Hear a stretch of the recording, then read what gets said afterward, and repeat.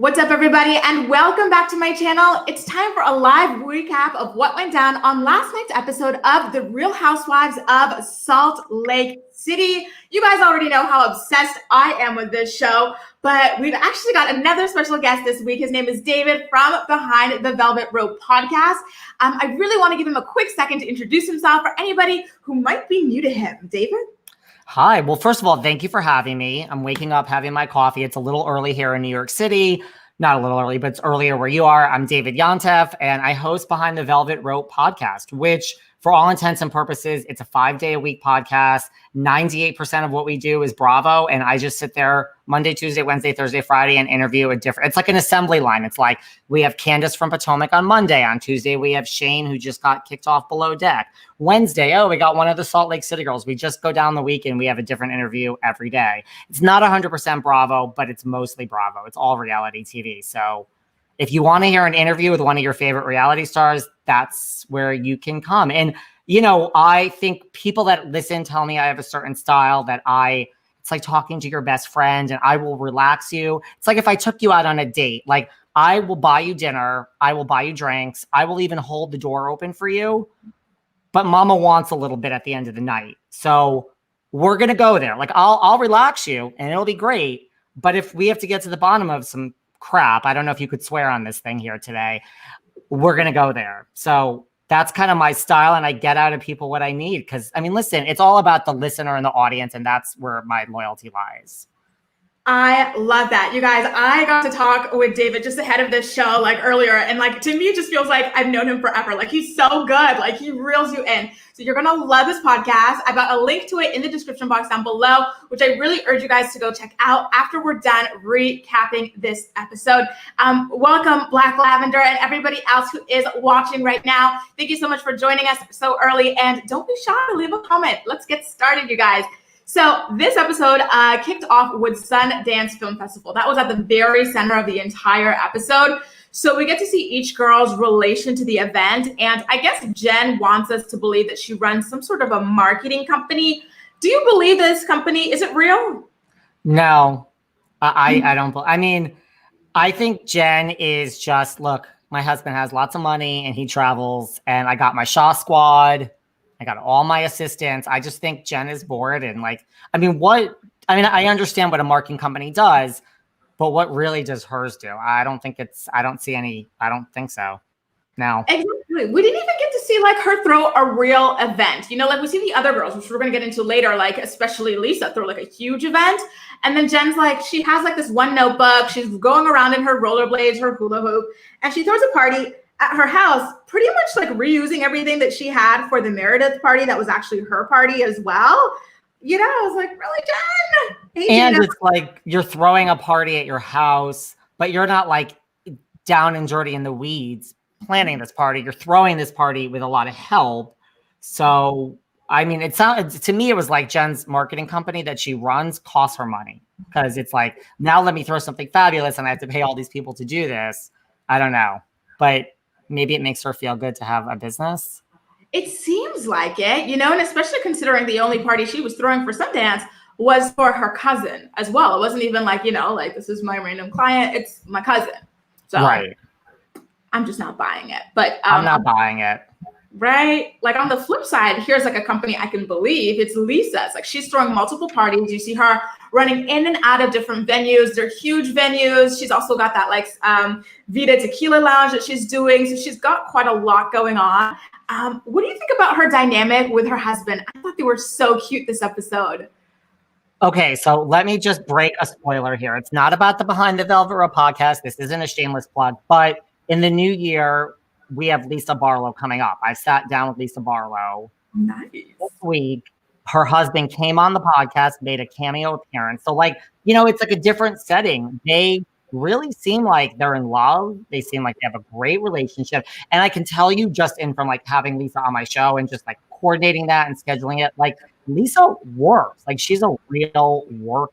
So that's, I mean, I think like what you're saying, like your takeaway is totally true. Like, she was great, but it was like, Lisa was like, I'm going to do this. And then when I'm done with you, here's my day. Mm-hmm. And I'm like, you don't need to prove anything to me. So like, Lisa's a real, like, I think Lisa works harder than people think from seeing her on the show.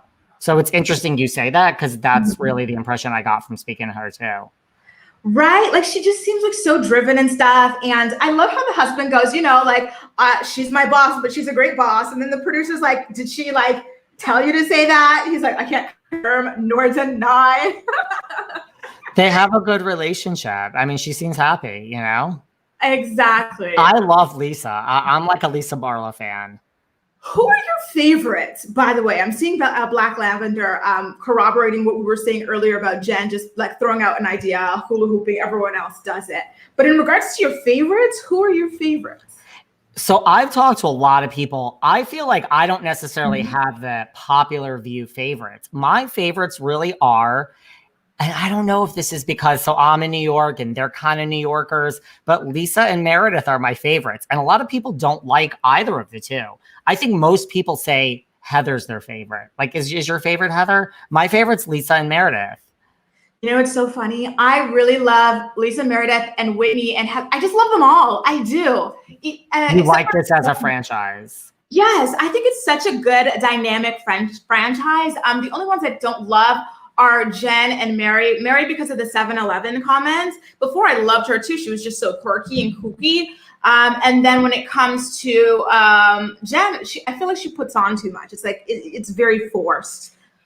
Yes, I feel, and it's funny, again, Lisa on my podcast had a much different, because I said the same thing I said, because that's my thing with the whole show. A lot of people seem like they're putting on too much. Like, yeah, they know what they're doing. We've watched Housewives for 15 years. We really wanted to be on the show.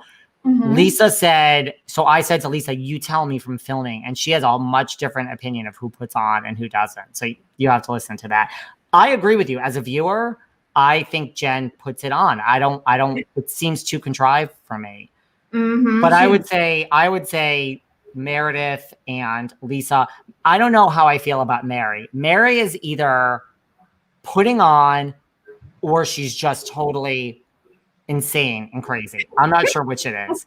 Like, to me, Mary is one of those who I'm like, are you crazy or are you brilliant? I'm not sure. To me, I think, and I've been saying this, I feel like it has to do with like there's an issue with her. She kind of just gives me like vibes that she's been going through a lot and she's trying to do something to help her cope with that. And it might not be the best thing to do. So she kind of makes me uncomfortable for that. And I feel like, the longer she goes on, the harder it'll be for her to kind of like guard that secret. So we'll definitely see, as the season progresses, or maybe like in the future seasons. You guys, what happens next is, an example of Jen putting on again. So Whitney invites her over to her house for a hot tub party. And what does Jen wear? Do you remember her bathing suit? I don't understand any of her choices. Yes. Between that and the shoes that she wears in the snow all the time. Like, but that's what I mean. It goes back to like putting on. It's like you want to make an entrance for the camera. That I can't help but go there. Exactly. And she can't even come up with zingers. I'm like, that is like 99% of what people love about these housewives is when they like just say something so off the cuff and crazy. Like Nene Leakes had so many. There's like Dorinda, there's Bethany, there's Kenya Moore. Has she had a moment like that? Like, I don't think so. No, I think that she thinks they do. Like, that's the worst thing to me is when someone thinks they have a zinger. I mean, that's my problem, not to get off topic, with the whole season of the OC this season. Nobody has like funny, witty zingers. I mean, Kelly, I guess, but we've kind of seen that before, right? Yeah. I mean, but so, yeah, I mean, I don't really think Jen has the zingers, I think that she tries, but I think they fall short, and that's, and again, like, I'm not coming for Jen. I have no agenda. It's just, to me, she seems so contrived. Exactly. Like, I really need her to like relax and like let it come naturally, because she is naturally entertaining. It's just, yeah. Don't force me to laugh. You know what I mean? I want to laugh. It's like, honey, you got the show. Let's worry about whether you're going to get fired or not at the reunion. Like, let's just see what happens and play it out. You don't have to try this hard on like episode 3, Exactly. I love that you're saying that. It's just so freaking much. Like the two of them talk about what's her name again? Whitney. She wants to throw a party for her husband. I didn't realize he was 20 years older. I thought he was like 10 years older, but he's like 20 years older than her. And just the way she worded the birthday thing kind of tickled me a little bit. She's like, it's always supposed to be big because he gave up so much for me. And what did this guy give up? Like cheating on his wife. Like, so he gave up that marriage. And then his relationship with his kids. I guess his kids don't talk to him because he chose her instead. I'm like, this is what we're celebrating. Right. And yeah. I mean, like, I guess he gave something up, but I don't really, I mean, I guess her family wasn't thrilled either, but her family wasn't so happy either. So like in a way she gave stuff up too, but right. It's not like this big, like you gave something major up. Again, that's another example of like, you're trying to create this big over the top drama too early on. Maybe I sound like a broken record. I mean, I like RHOSL. Like, don't get me wrong. I think it's a great addition to the franchise.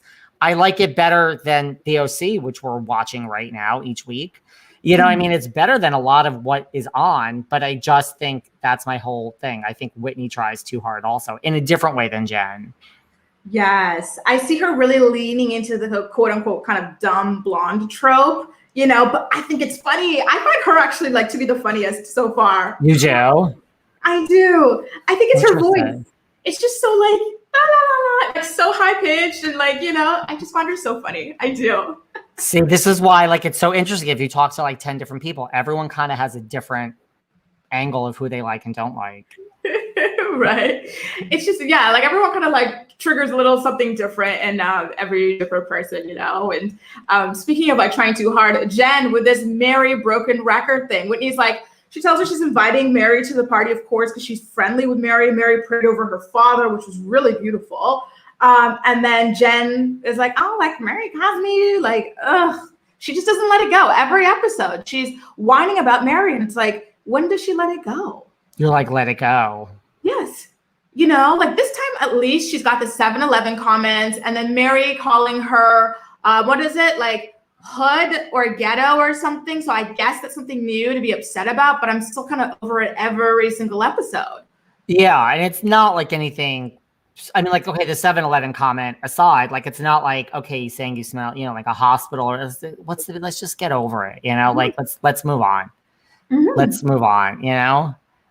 Exactly. And I don't, yeah. I mean, because then Jen, don't forget, Jen also was mad at like Meredith and like for being friend. Like it's just, I really feel like every episode she's like, oh, what's the drama for this scene?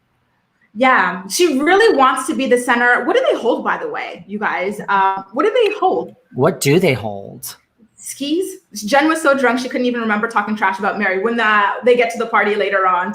Yeah, I was like, oh my God, Jen, my goodness. She tries so hard. She wants to be at the center of it all. And that is just repelling everybody because the person everyone's really talking about is Mary. And Mary's not even trying. She's just out there, you know? I think she's just Mary. Like, I understand Mary more because at first I was like, I don't get it.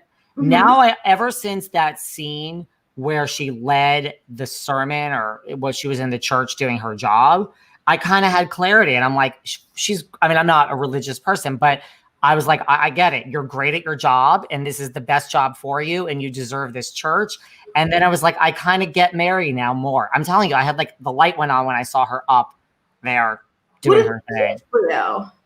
Say it again. What did like her sermon change for you?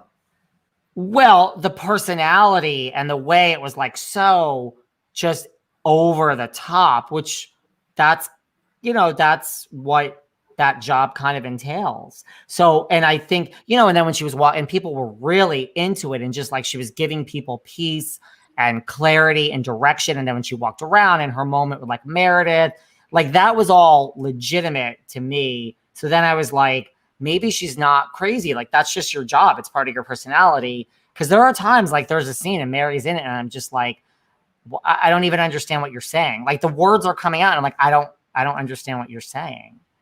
Mind you, did you see that thing that leaked also though this week? I was going to say, when you were talking about how good she is at her job, I'm like, I don't know if I should tell him that she was really down to these people. Yeah. That I don't even know where to get started with that. I know. I know. And I mean, like when you think of the stereotypes and like all the stereotypes of like organized religion, that's it. That's what comes to mind. Every single box she checks.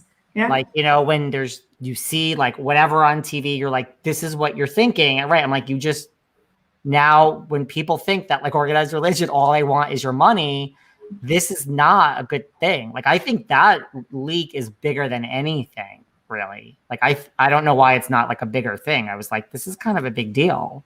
I agree. It just, right. I mean, she was basically saying like, I hate poor people and just give me your money. Yeah. And get out of my church. I mean, that's kind of what she was saying.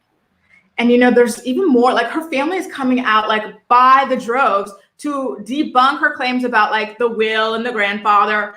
She's been accused as well of getting like an old person in the church to accidentally sign over the deed to their mortgage or whatever to her so that they could reverse mortgage her. Like, it's very crazy, all the stuff that comes out about her in regards to money, you know, and, you know, the way she treated the staff at her brunch the other episode, where she's like, can you read? And like, she just berates them. And then later on in this next scene, she's got this housekeeper, Charlinda, who's been with her for 20 years. She's also related to her. And Mary proudly proclaims that she knows nothing about this woman other than like whenever this chick is fetching her tea. And she's been there 20 years. I think there's something like very, very, Yeah, people are saying like Mary sits back and lets Jen make a fool out of her. Yeah. I mean, that's why, like, that's where I say, like, I have moments where I'm like, I don't understand what Mary's saying. These sentences don't make sense. She's crazy. And then I have other moments like this, what you just said. And I'm like, Mary's kind of like a genius and went and got what she wanted. And I think it all comes back to money, though. Like, that's the thing. Like, Mary was like, I'm not going to be poor. I'm gonna get the church. I mean, if it has to come with the grandfather, so be it. And so part of me is like, Mary's like an evil genius. It is true. But to me, like the fact that someone can do that, like something so repulsive, especially so young, is like, wow. But you know what? We're all wired differently, you know? You know what? And speaking of like low-key evil genius, I want to ask you if you noticed this too. So Whitney has the birthday party for her husband, and you know they're doing shots in the house. Then they do shots in the party bus, and then they walk into the host's house. And then this is when I realized, oh my God, I think Whitney had been shading Lisa this whole time because she was being very deliberate about it being Don Julio tequila. Did you notice that? Like, yes. She kept saying it, you know, ever since their feud. And then when it hit me when the party host was like, oh, like, where's Lisa? I bought her tequila because I thought she would be here. Then I was like, wait a second. She was being loyal to Lisa. Meanwhile, Whitney's carrying around Don Julio advertising for them. I think there's no love lost. Just again, I've had Lisa on my show, and that's coming up in January. I think there's no love lost between Lisa and Whitney today, presently in Christmas time 2020. I don't think they're on good terms. That makes me sad because I thought that those two would have gotten along like best outside of Lisa's relationship with Meredith, because they seem like the same vibe. Like Lisa's just got such like a young, fun, loving, carefree vibe. She was super generous with Whitney. So to see that like that generosity led to some kind of like discord between them is kind of like weird to me. Well, that's the other thing, because when I sat down with Lisa, I can't, what she reveals of like where the friendship lines are drawn. Yeah. I can't really, like, to your point, you can't really tell. Like, I was shocked at what she said. It's literally a line is down the middle and it's this and this. I don't even want to spoil it, but like, you can't really tell. Like, okay, you know, Lisa and Meredith are really close, but everyone else is, and obviously Jen and Mary don't get along. It's a little fluid other than that, right? Like, I don't really see like these people versus these people. No. Like, this isn't New Jersey season 3, Teresa versus Melissa. Like, oh God. So, but I think as the season goes on, Lisa was implying it's going to get like very clear where the line is drawn. And does she tell us what is the catalyst for the big divide? No, but I do believe no. I mean, really, no, she doesn't. I mean, look, I think she'll always be loyal to Meredith unless like something major happens. So that's part of it. And I think because, I mean, I also think because Lisa works, she really is into her brand. Yeah. This is almost like, poor is the wrong word, like a stripped down version of Bethany, a junior Bethany. She's no Bethany. She just started, but she's like that same mentality, like work, work, work, work, work. And let's not forget, Whitney really disparaged her actual business by saying your bartenders, were drunk and drank all the tequila and we ran out, and why'd you only? So that's like, to me, that's like Bethany sitting there and basically making Sonia Morgan cry, and telling her that she has a cheater brand. Like, Bethany's a doll until you mention, like, breathe the wrong way about Skinny Girl and your head is then chopped off. I think Lisa's like the same way. Like, maybe if you say something about her kids or her husband, I think other than that, she has that like thick New York skin. Like, you haven't really seen Lisa get down and dirty, but I think when it comes to her business, like Vita Tequila is not like a Ramona Pinot Grigio. Like, it's a real business that existed regardless of Housewives and before the Housewives. Yeah. So I get the impression. So let's not forget that Whitney did do that. And that's like, how do you come back from that in Lisa's eyes, I think?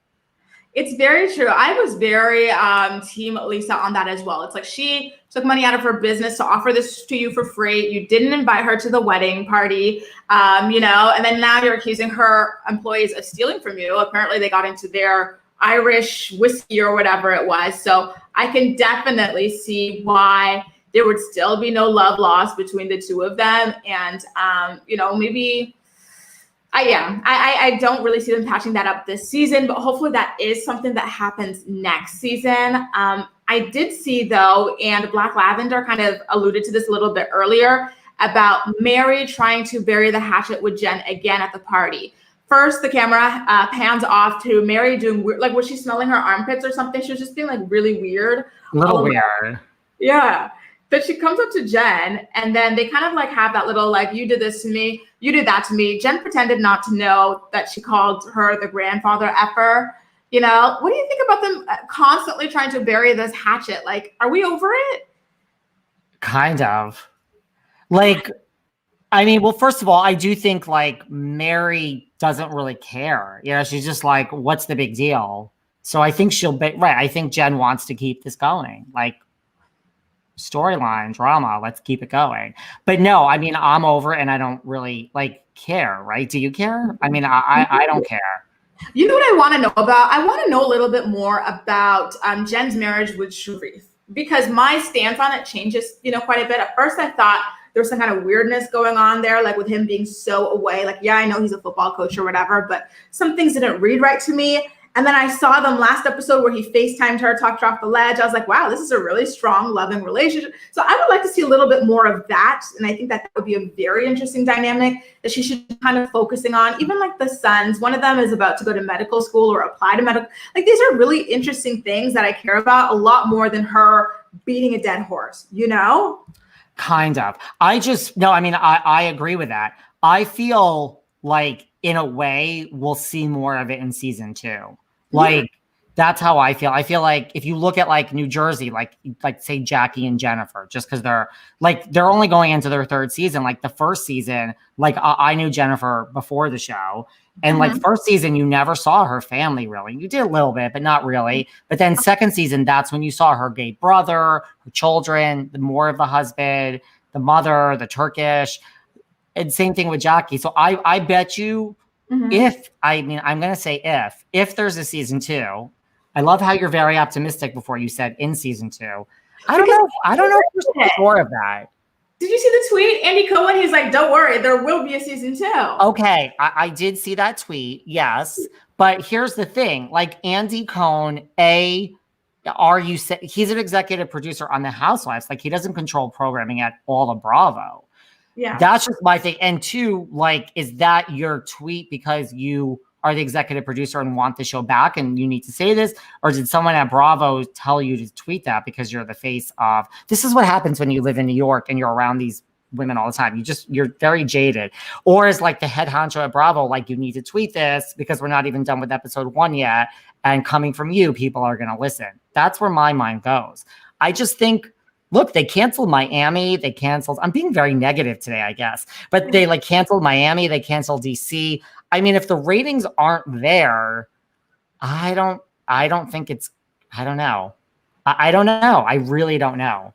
Yeah. I'm just saying, I do think there'll be a season 2, but I am not so convinced as you What are. about Don't Be Tardy? Don't Be Tardy has been on for how long, and who watches that?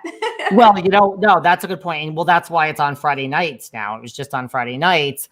But I also go back to Summer House. Like they gave Summer House the biggest rope to hang itself and it pulled itself up. Like Summer House started with like crap. I don't know if I could swear or not. I've stopped myself many times. Well, okay, well, now that I know I could, that's a whole different story. But Summer House pulled itself up. I mean, it was a crap show with crap ratings for a good 2 years, and they just kept bringing it back. And now the numbers are good and it's become a thing and it's like, it's doing well. So I don't know. I mean, I don't think they're going to be so quick to cancel the new franchise. I just think if the numbers are really not good at all, which I don't understand. I have a theory or two, but it is better than many other franchises that are currently in the mix. It's true. It's true. I'm seeing some people say, listen, no one is watching Don't Be Tardy. Yeah. I would agree with Golden Point Life 88 because I mean, I don't watch it. I would watch it if it was a housewife that I really loved. I think none of those spinoffs are ever great. Like Manzo'd with Children. Oh my God. Well, yeah, like Vanderpump. But like when it's like, well, like Bethany Ever After was great. I love that. But the majority of them are not, they just never, you're just better in an ensemble cast, right? I completely agree. It just, you need a certain something. Like you always need that like protagonist, the foil, and they're typically missing that because they just want to film with people they like so they can control it and stuff. Because, these housewives are always doing that to each other, trying to ice each other out. So they only have like people around them that they love and adore. And it just doesn't work for television. I saw one. Exactly. Black Lavender is hinting at Heather hooking up with that Curtis guy, which we're going to get to shortly. But speaking about Heather, I love her so much, and I'm really rooting for her to find love because, after Whitney's husband's party, she and Heather go out for drinks and they debrief about it. And Heather just talks about how much she loves Whitney's marriage and she feels like she's with someone who loves and sees her. And she feels like she wasted 15 years of her life not finding love. Instead, she put religion or like the pursuit of a certain lifestyle over that. And she doesn't feel like she could find it in Utah. What do you think? Hey, $3 wigs, by the way. I mean, well, first of all, and I've said this before, I think one of the saddest scenes to me in Housewives history was literally history. Like probably the most cringeworthy moment for me is when Heather said she would rather, like, yes, I should have stayed married, or like the thought is to stay married in a bad marriage than lose the church. I'm like, oh my God, forget about what that does for the women's movement and all of that. And what it says for women out there. It's just like such a cringeworthy, but here we are. I mean, I'm not holding that against her. It makes me feel like bad for her. So yeah, I want Heather to find love. The thing is, Curtis, I'm all about Curtis.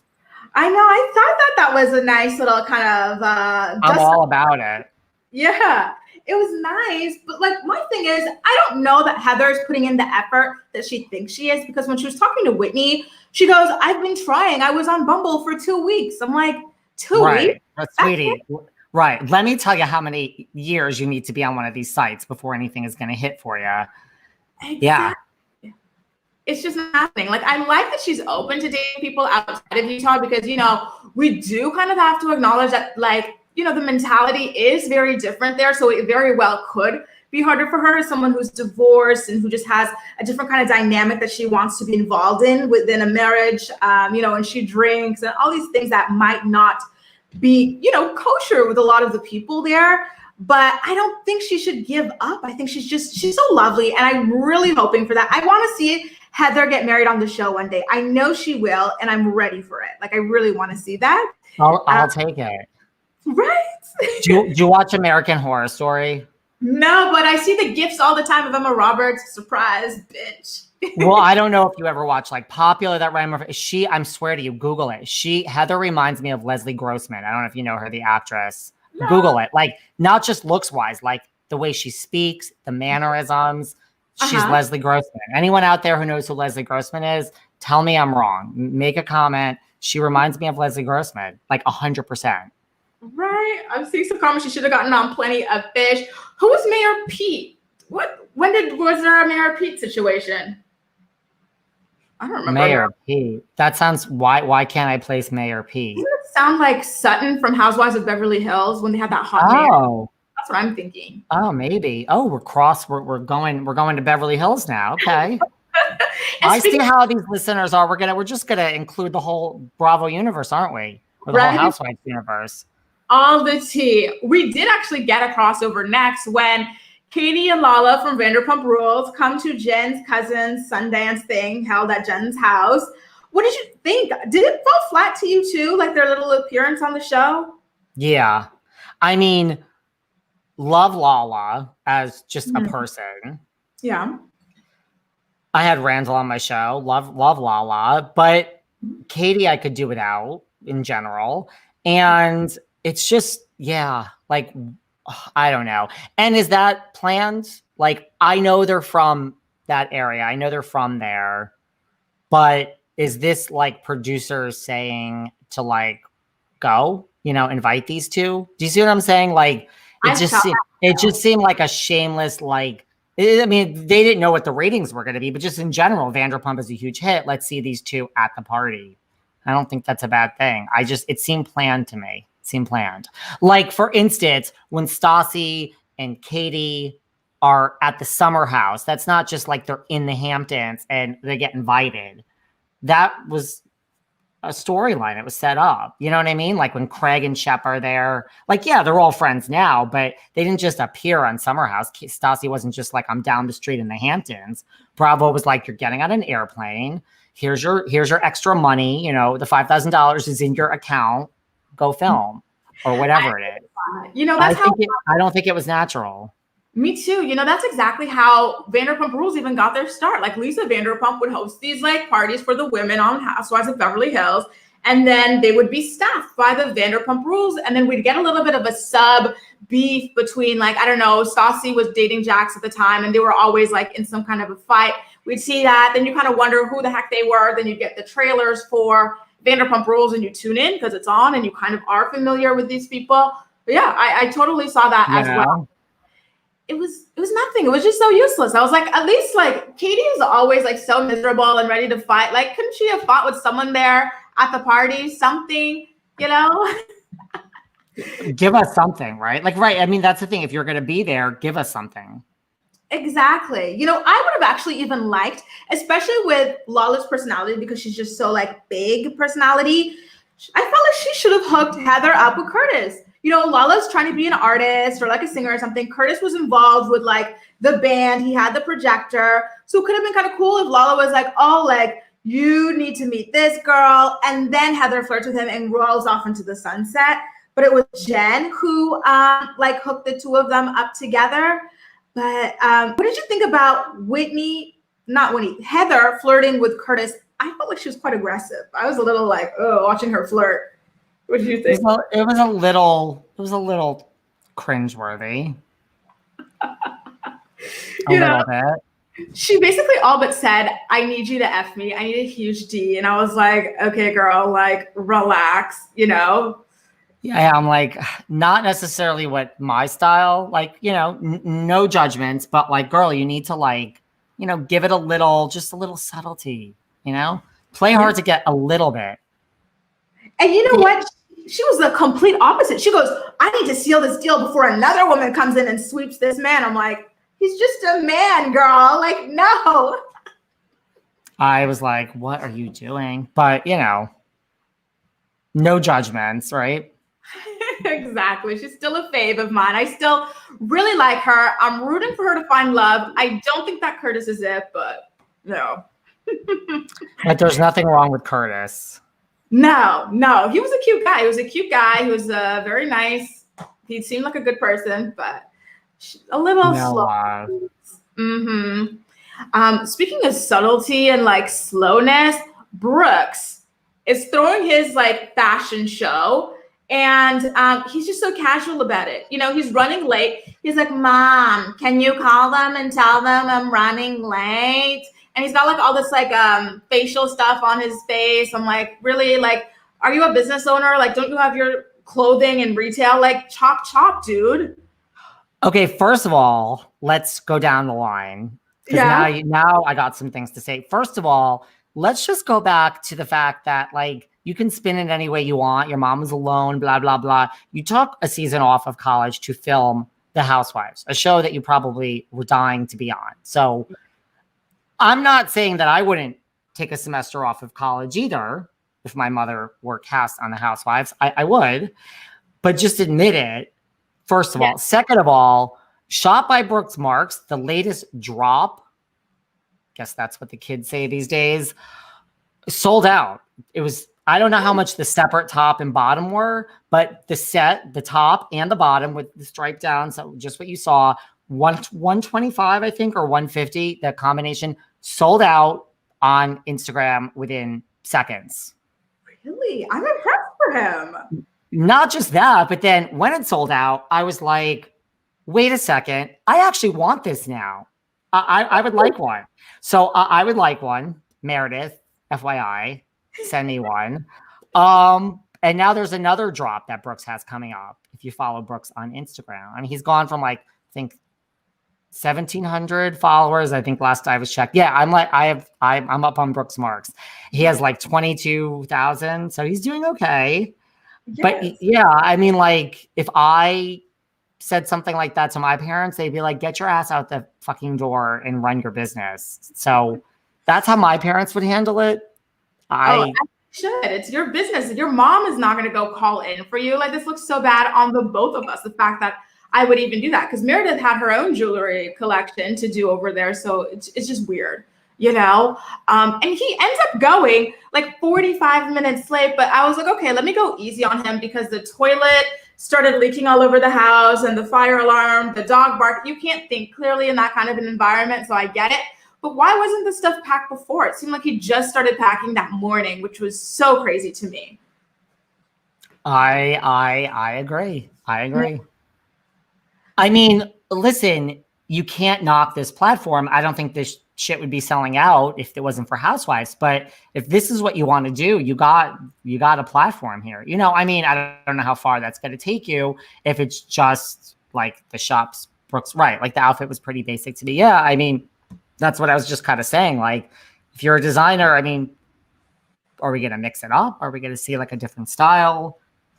Or is this just sweatsuits that say Shop Brooks Marks? I mean, here's my thing with like branding. This is just, what the hell do I know? But having watched a lot of Project Runway, I just think you need to be like a name before like you have the logo. Like, you know, when Gucci started out, like it had other things, and like you just have to, you know what I mean? You have to have a name to it before it's like, yeah, like show me some style pieces, and then when I'm dying to wear Brooks Marks, I'll wear your name.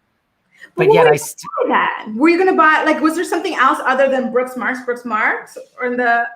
No, but now just because it's Brooks Marks, I'm like, it's kitschy. It's like, I'm going to host my next. No, it's literally when I say a drop, it was like two pieces. It was like the top with the Brooks Marks, I think was like 75, and the bottom sweats were 75, or you could get both for 125. And the combination sold out like that.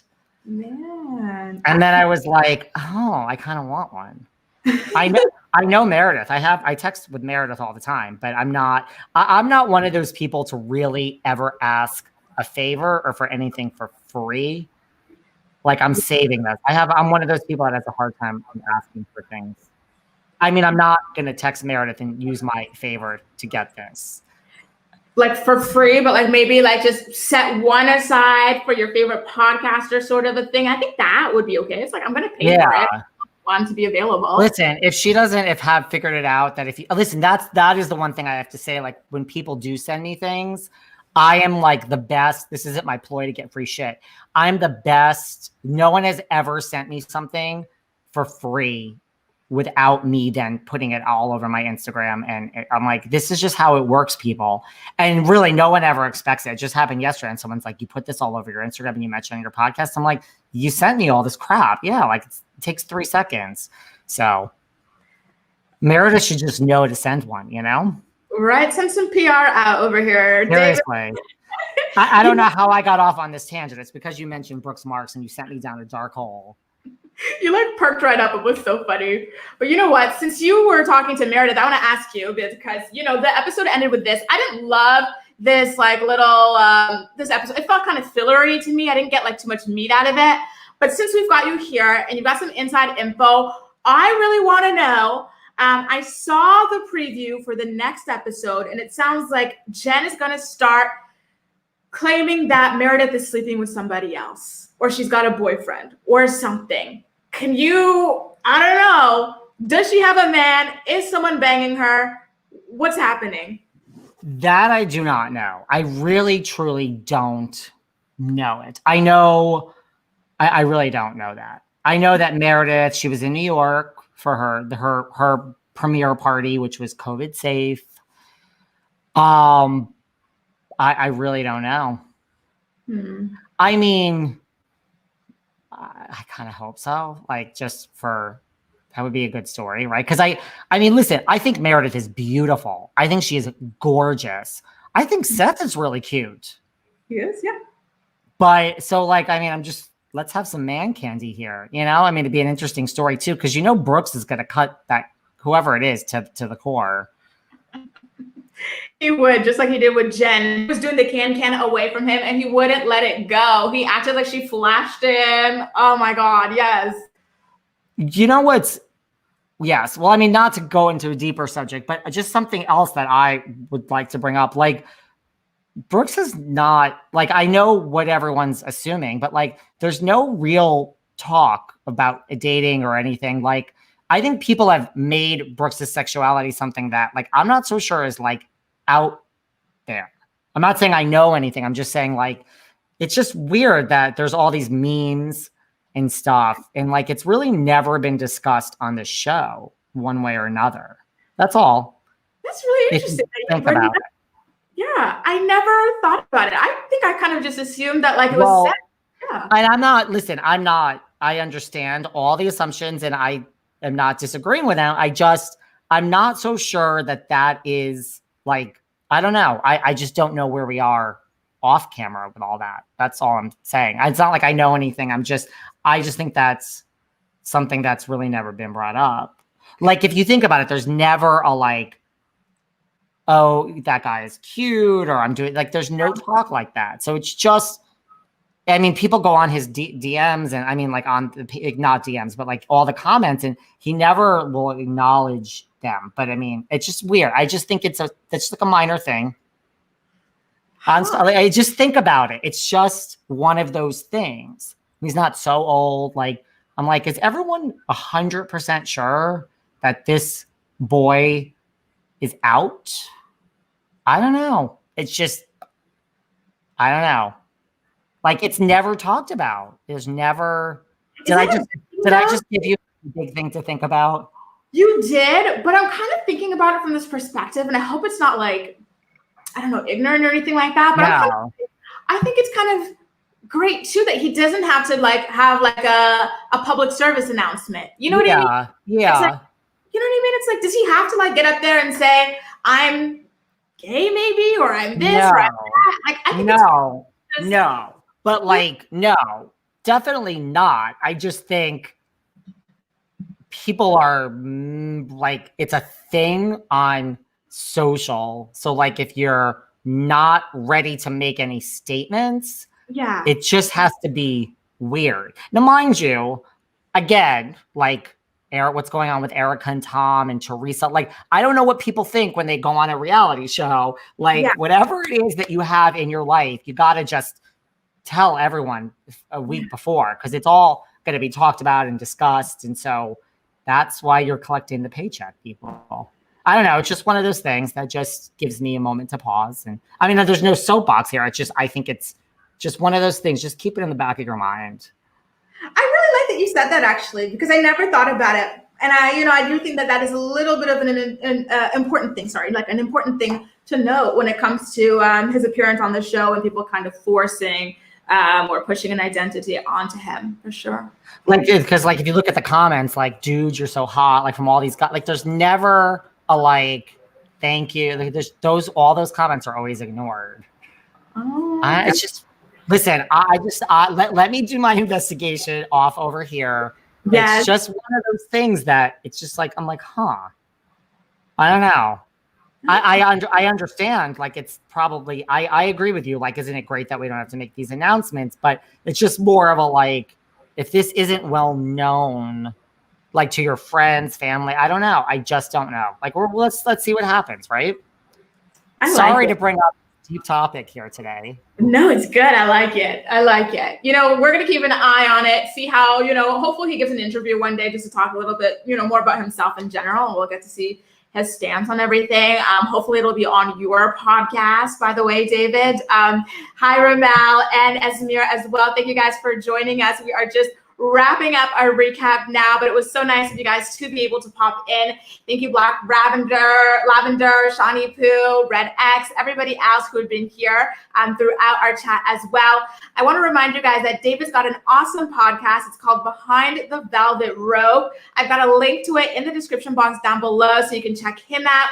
He's got a lot of the stars from the Real Housewives of Salt Lake City on his podcast, like, you know, from past episodes, including ones coming up in the future. He's got other people from the Bravo reality stars, celebrities in general. Like, he gets a lot of interviews. It's 5 days a week, you said, right? 5 days a week that you're on there. Different interview every day. 90% Bravo. We just had Candace on, like, you know, Candace was just on. She came for Portia. I don't know if everyone knows this. Like, listen to that episode.